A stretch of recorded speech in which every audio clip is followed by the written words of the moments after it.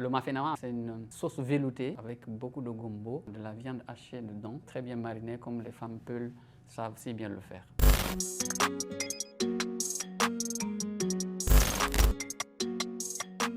Thierno Monet Nembo, et notamment pour Le Roi des Kael, prix Renaudot 2008, parce que c'est un livre passionnant sur la culture Peul mêlée au colonialisme. Égocentrisme oblige ma Guinée plurielle. David Pelly, un auteur togolais qui vit à Bamako, au Mali. J'aime bien Il va pleuvoir sur Conakry. Ala mole suwanila momen duma ali. Bangali. Irobe sando. Iro Arabie Saoudite. Quoi rugurana bekar. Mabraba. Je pense que c'est des Cheikh Fanta Madi. J'aime bien le titre d'abord, parce que je vis à Conakry et c'est une ville où la pluviométrie est très forte et à chaque fois que la pluie s'annonce, ça me ramène au titre de ce film, Il va pleuvoir sur Conakry. Quoique, le titre est un peu trompeur parce qu'il ne parle pas forcément de pluie, il parle de la vie à Conakry.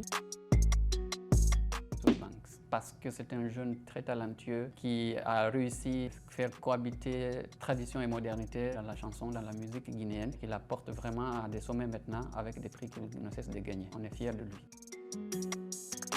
C'est Bintala Lisso, une icône de la musique pastorale Peul, qui a sorti donc cette musique de son isolement pour l'amener aussi à des sommets. Aujourd'hui, cette femme est connue dans toute l'Afrique de l'Ouest, je pense.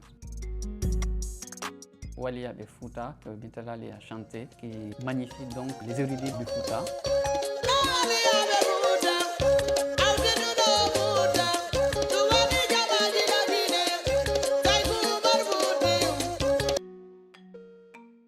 La banane. Le mafé-nama, le mafé-nama, c'est une sauce veloutée avec beaucoup de gombo, de la viande hachée dedans, très bien marinée comme les femmes Peul savent si bien le faire. La baie. Punchum, parce que c'est un très beau quartier avec des graviers ocre, dont le nom d'ailleurs dérive du Punchuwol, une rivière qui scène le village. C'est un village qui est devenu un quartier maintenant de la baie, un quartier auquel j'ai consacré un billet de blog. J'aime bien être en hauteur des montagnes, à Télimé-les-Natal. Il y a un coin qu'on appelle Petebala. J'adore parce que c'est un point de vue formidable pour voir le lit de la rivière Tominé. C'est un nom, Tapalapa. C'est le nom aussi d'un pain emblématique de la Guinée. Taper et taper encore. Taper deux fois, triplement. Et d'ailleurs, parce que pour pétrir la farine qui donne le pain, c'est tout un travail. L'onomatopée, là, je l'aime bien parce que ça cadre avec justement ce pain, d'ailleurs emblématique de la ville de Pita que j'adore. La fête de la Tabaski, la fête à la culture musulmane guinéenne.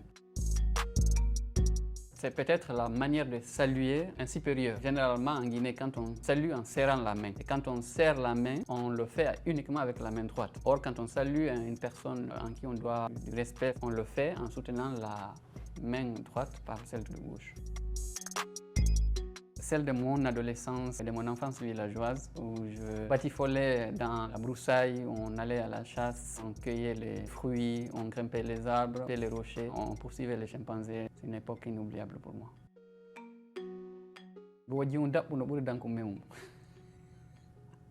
Qui signifie que mieux vaut une femme de petite taille qu'un lit vide. Abonnez-vous.